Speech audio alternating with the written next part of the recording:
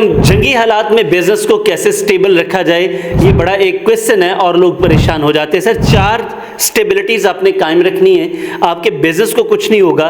देखिए हालात आते हैं और चले जाते हैं, बिजनेस एक कंटिन्यूअस एक्टिविटी है, तो आपको इसे कायम रखना है। अगर आप मेंटली इनस्टेबल हो गए तो आप सर सही फैसले नहीं कर सकेंगे। तो पहली चीज आपने अपने आप को मेंटली स्टेबल रखना है।